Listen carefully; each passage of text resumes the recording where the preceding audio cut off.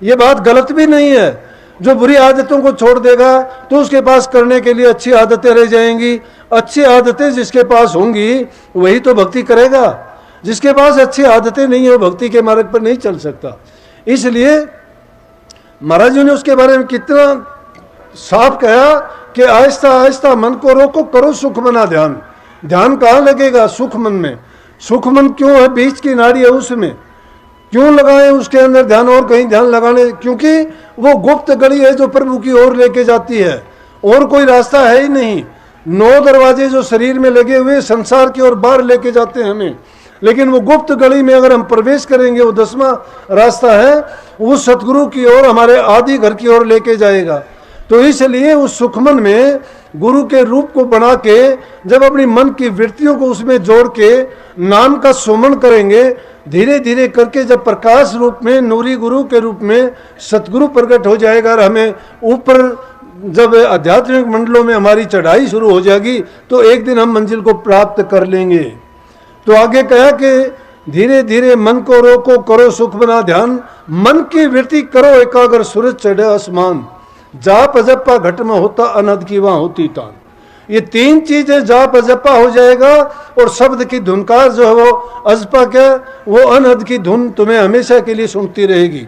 जाप का जब तक आप नाम का सुमन करोगे वो जबानी रूप से करोगे, उसमें जीव कंठ की भी जरूरत पड़ती है। अगर जबान हम बाहर नहीं निकालते तो भी, अगर मन में भी जाप करते हो नाम का, तो भी अंदर में वो काम करती हैं।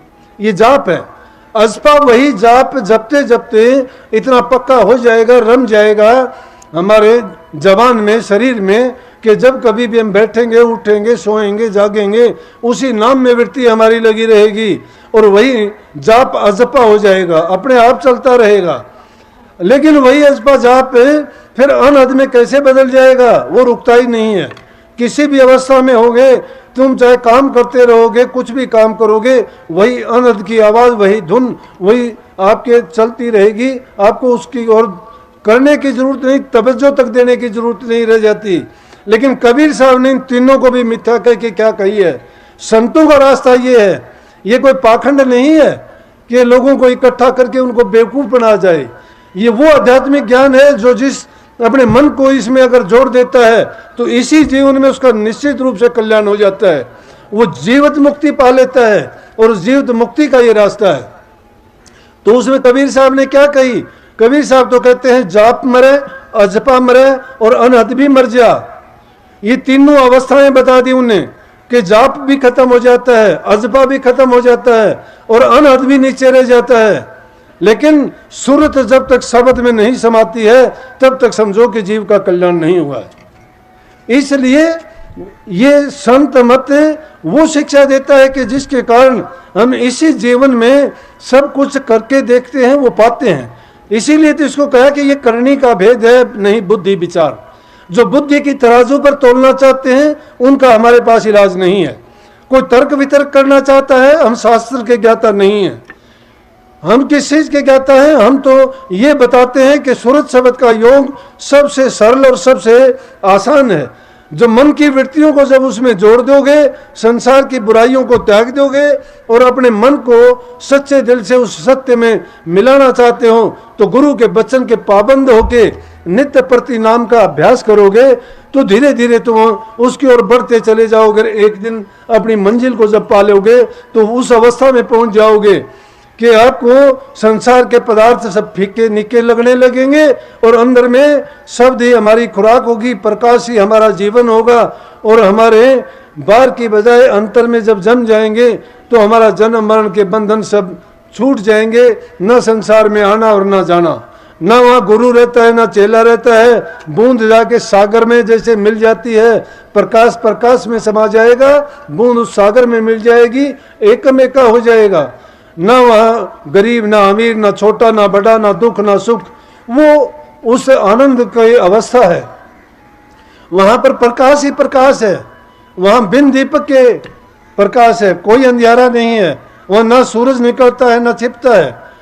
वहाँ का आनंद जब इस जीव को मिलना शुरू हो जाता है तो, लेकिन जब देह रूप में आता है, संसार में आता है, इन बाहर की आंखों से देखता है, ज्ञानेंद्रियों और कर्मेंद्रियों से कर्म करता है, जब उसकी वो अवस्था नहीं रहती है, जब वो अपनी रूह को उलट के उस 10वें रास्ते पर अंदर में चलता है, आध्यात्मिक मंडलों में ऊपर की ओर बढ़ता चला जाता है, तभी उसे आत्मा आनंद उसका अनुभव करती है और उसे सुख में जो अंदर में महसूस करना है। सिर्फ ये नहीं कि जिस प्रकार से हमारे शरीर में तकलीफ हुई तो हमने दुख मान लिया, शरीर में आराम हुआ तो आराम मान लिया, लेकिन वो किस चीज़ से, वो हमारे शरीर से, हमारी त्वचा से हमें महसूस हुआ, लेकिन वहाँ क्या होता है, वहाँ तो सिर्फ उसको अनुभव करना है, ना वो जबान से बताया जा सकता है, ना कहा जा सकता है, ना वर्णन कहा जा सकता है।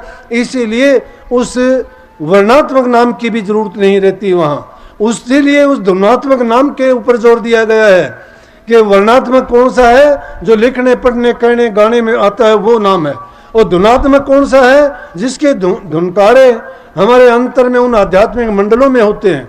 सभी जगह एक नहीं है, अलग अलग मंडलों पे एक है, बल्कि पहले दर्जे पर जाओगे वहीं अनेक प्रकार के, गिनती गिननी नहीं आएगी, इतनी प्रकार की आवाज़ें आएंगी और उन्हीं आवाज़ों में मस्त होके हम उसी में मस्त हो जाते हैं। बहुत बहुत योगियों को इतना समय लग जाता है उससे निकलने के लिए, क्योंकि उसी में वो मगन हो जाते हैं और सोचते हैं कि इसी आनंद का लुत्फ उठाता रहूं मैं। लेकिन क्योंकि संत मत की लाइन ये है कि उनको भेद ऊंचे से ऊंचे दर्जे का दिया गया है, जहाँ पर रूह का असली ठोठ ठिकाना है, वो उसकी आदि घर है, पूर्व का जो स्थान है वो है। इसीलिए एक शब्द में है कि हंसा भाई देश पूरब ले जाना।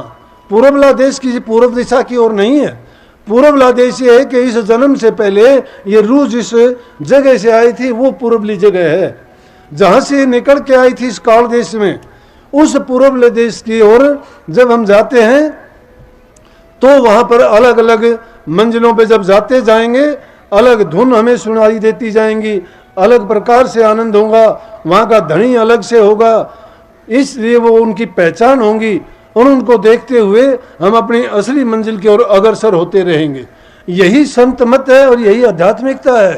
वो चीज़ें तो कबीर साहब ने जो बताई वो मूल के लिए हैं, लेकिन उन मूलों को जब सुधार लोगे, उन मूल को जब बना लोगे, तो वो जो ये बात की बात बताई गई है ये बहुत आसान हो जाएंगी। ये बात अंदर की बात बताई नहीं जाती, कही नहीं जाती, ये इशारे के रूप में सिर्फ उनकी ओर इशारा किया जाता है।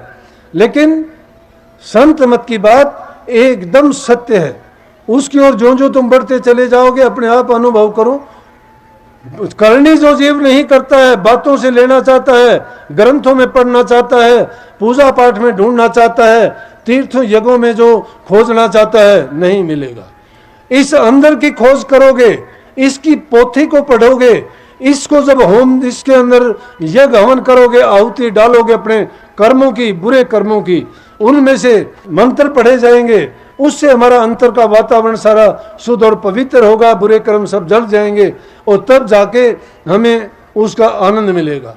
ये बाहर की चीज़ें हमें काम नहीं आती, ये शरीर के लिए बाहर की चीज़ें हैं, दिखावे के लिए हैं, लौकिक हमें मान सम्मान बढ़ाई इज्जत ये दिला देती हैं कि फलाना आदमी ने ये कर लिया, उसने इतने यज्ञ कर लिए, ये 25 धूने में तप लिया, वो इतने तीर्थ करके आ गया, उसने इतने व्रत कर लिए। मिथ्या नहीं कहता मैं कहता हूँ कि उनसे हमारे शरीर को मिलेगा, थोड़ा बहुत शरीर से जो क्रियाएं की जाती हैं, फिर मान बढ़ाई मिल जाएगी, लोग कहेंगे वो लोका भक्ति है, लोकाचार है, इज्जत सम्मान बहुत मिलेगा उसमें।